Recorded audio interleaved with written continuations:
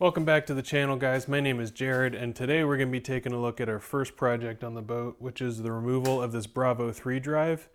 It fought us a little bit along the way, but we got it off, and we discovered some things that have to be taken care of, including removing the U-joints and removing the gimbal bearing.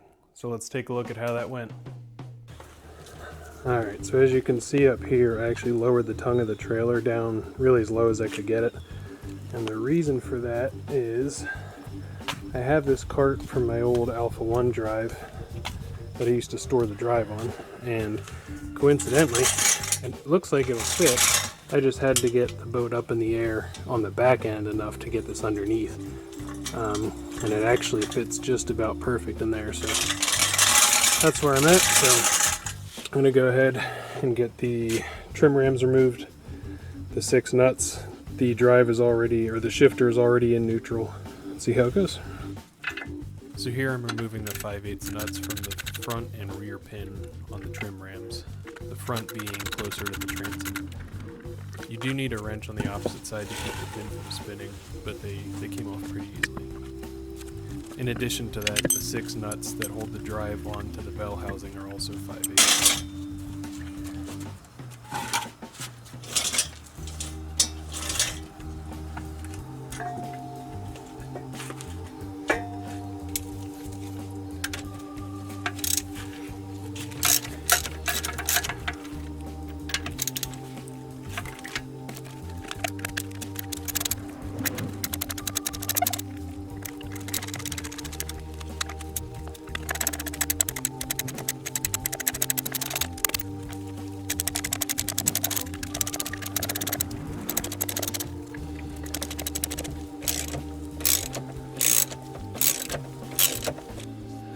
Alright, here goes nothing.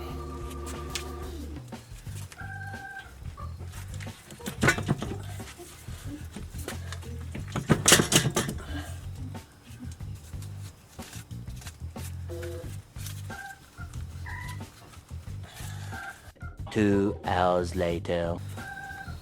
So here I'm actually putting a block of wood on to help remove the stuck outdrive, and I did put the pins back in the trim ram. This is a trick I showed in a previous video, and I'll put a link in the description for that. It's the best way to remove a stuck outdrive without damaging anything.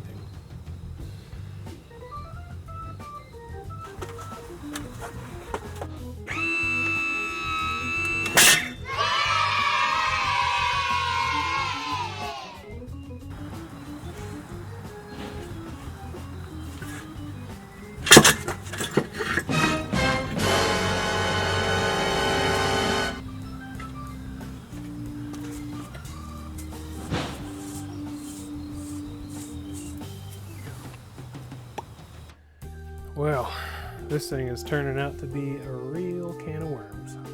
So that would be why the drive didn't come out so easy. The gimbal bearing is now part of the shaft, so that should be fun to remove. The U-joints are pretty well toasted.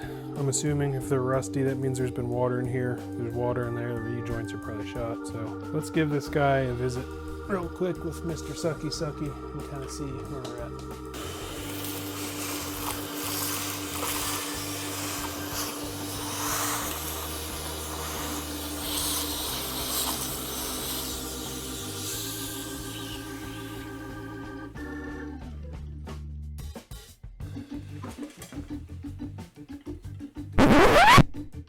Alright, so you may be wondering what in the heck is he doing with a grinder and U-joints. So I did some research, and it turns out that this drive has what's called a GKN style U-joint, which has the external retaining clips. And I originally tried a U-joint press tool that you can rent from auto parts stores, and the problem is the cross or the body of the U-joint is so large that you actually can't push it far enough to remove the caps from either side like you would typically do on a U-joint. So if you actually look it up, Mercruiser actually recommends that you replace the entire U-joint assembly, shafts and everything. So I actually did a little bit of research and found out that a couple people have done it this way, so I figured it's worth a try because it'll save me probably a couple $100 if I can get the U-joints out. In worst cases, if I do damage one of the yokes, then I'm stuck replacing the whole assembly anyway. So that is why it looks like I'm being a bit aggressive.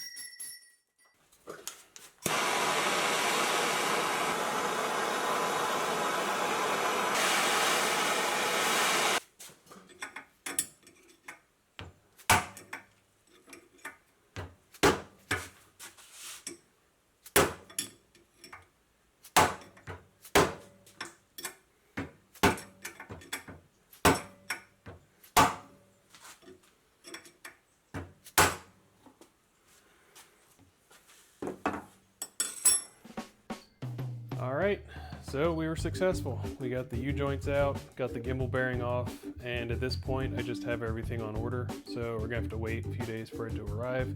Then we can do the reassembly, but I'm gonna cut it here because this video is already getting kind of long, so just for the sake of shortness, I'm gonna keep it at this. So this at least shows you how to remove the U-joints on this style of GKN U-joint, whatever it's called, and a stuck gimbal bearing, which I was not anticipating. Alright, so minus a little bit of cleanup, getting some surface rust off, cleaning out the grooves that the snap rings go in. These things are pretty much ready for reassembly. So when everything gets here, we'll get it put together. Alright guys, thanks for watching this one. I hope you enjoyed it. Don't forget to like, subscribe, all that fun stuff, and we'll see you on the next one where hopefully we're reassembling this bad boy. See ya.